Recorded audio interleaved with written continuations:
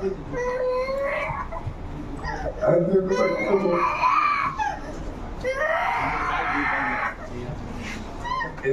তাদের polytechnical government সিদ্ধান্ত সেই জুলাতে লক্ষ্মীপুর পলিটেকনিক্যালে আমি তাকে ভর্তি করা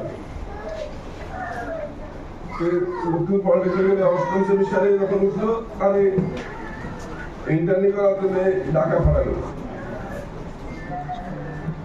জুলাই মাসের 7 তারিখে আমি যে এনজিও চাকরি করি সঠিকভাবে ছুটি পাই না, আমার ওয়াইফ পাই না, আমার ছেলেকে একটা এই মুক্তিরাতে বাসা ভাড়ার কারণে 2 তারিখে উঠে দিয়ে গেছে। সে আমার ছেলে এমনি একটু সামাজিক কাজের সাথে সবসময় সম্পর্ক থাকতো, রেড ক্রিসিং আপনার ওই যে স্কাউট এগুলির সাথে সবসময় সময় দিত। এখানে এসে আমরা তো